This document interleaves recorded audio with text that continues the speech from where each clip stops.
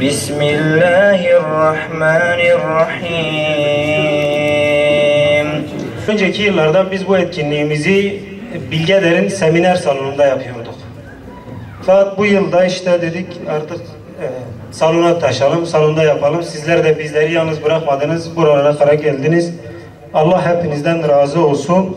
Bu yılki etkinliğimiz Soma faciasından ötürü biraz sönük geçecek. Normalde biz bu etkinliğimizi daha coşkulu bir şekilde yapıyoruz. Fakat bu yaşanan acı hadiseden dolayı bu etkinliğimizi biraz sönük bir şekilde yapacağız. Kur'an sünnet yol biliriz, dostlarını dost biliriz, itaatı an biliriz.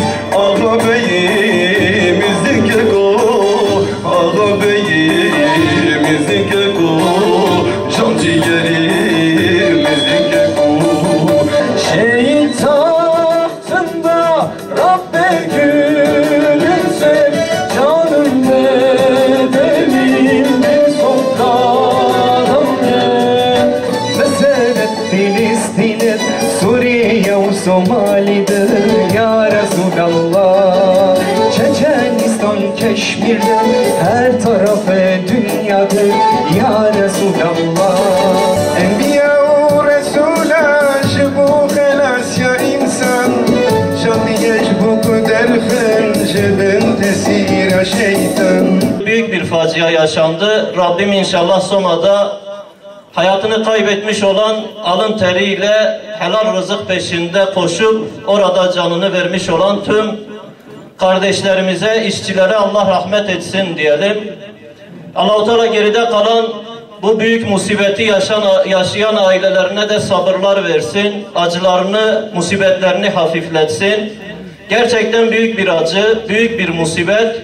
Her ne kadar acılarını paylaşsak da ateş düştüğü yeri yakıyor maalesef. Asıl musibet dinde olan musibettir.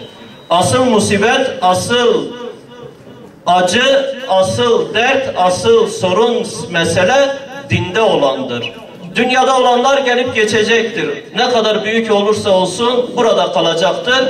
Ama dindeki musibet bu dünyada da cinnet olur, bunalım olur, huzursuzluk olur ki yaşıyor toplumunu, ahirette de ebedi ölümün olmadığı bir yurtta cehennem olur. Düşmanımızdır, zalimlerdir, ben ümmetim Müslümanım. İnsanlığın bilgiyle ilişkisi gerçekten çok ama çok mühimdir. Bilginin efendisi olan ancak insanlığın efendisi olur. Rabbim bu ümmeti imam ümmet yapmış. Önder ümmet yapmış. Ne demek imam olmak? İktidar olmak demektir. İktidar olmanın yolu, insanlığa efendi olmanın yolu şüphesiz ki bilgi efendi olmaktan geçiyor. Bilginin efendisi olmayanların insanlığın efendisi olmaları mümkün değildir değerli kardeşler. Bir cahil insan her şey iyi olabilir ama iyi bir Müslüman olamaz. Cahilden her şey çıkar ama kesinlikle iyi bir Müslüman çıkmaz. Eğer siz feni ilimleri kaybederseniz geri kalırsınız. Sosyal ilimlerde kaybederseniz o zaman köle olursunuz. Asıl bizim kaybettiğimiz nokta burası. Biz sosyal ilimlerde kaybettiğimiz için köle olduk. Fransa'da diyoruz coğrafya dernekleri kurulmuş. Tek tek bizi inceliyorlar. Örneğin Afrika'da bakıyorlar. İki Müslüman aşiret kavga mı etti? Çatışma mı var?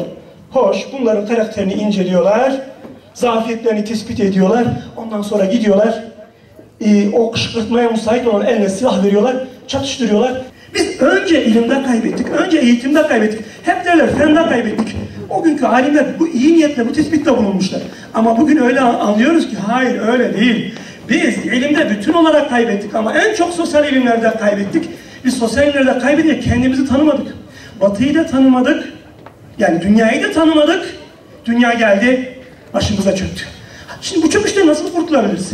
Bu çöküşten kurtulmanın tek bir yolu vardır. Bilgiyi tekrar kaynağına döndürmek. Bilgi ile kaynağı arasındaki ilişkiyi yalnız aslına döndürmek. İslam aleminde ne zaman yazı ile ilişkimiz arttıysa yükseldik. Bakın değil ki yükseldiğimiz için yazı ile ilişkimiz oldu. ne zaman yazı ile ilişkimi kurduysak yükseldik. Başımıza 3 felaket salmışlar. 1. Milliyetçilik. 2. Mezhepçilik. 3. Ferdiyetçilik. Bizim milliyetçilik ve mezhepçilikle büyük parçalara böldüler. Şimdi ferdiyetçilikle küçük küçük parçalara bölüyorlar. Kışa dönüştü baharım,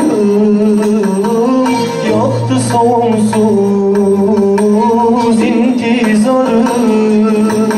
Günüzü cem girdine, zindan jimeda girdine, ısyancıdan bir ventüne, yara bir mazluma heva.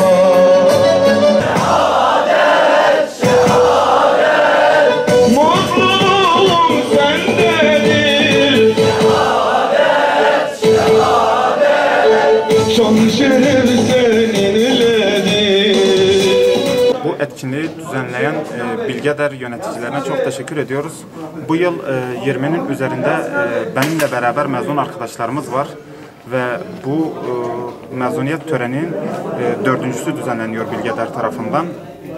Özellikle üniversitelerdeki gayri ahlaki programlara karşı olarak İslami helal dairede düzenlenmiş olan bu programa bütün camiaların katılımını bekliyoruz ve gerçekten de çok güzel bir program oluştu.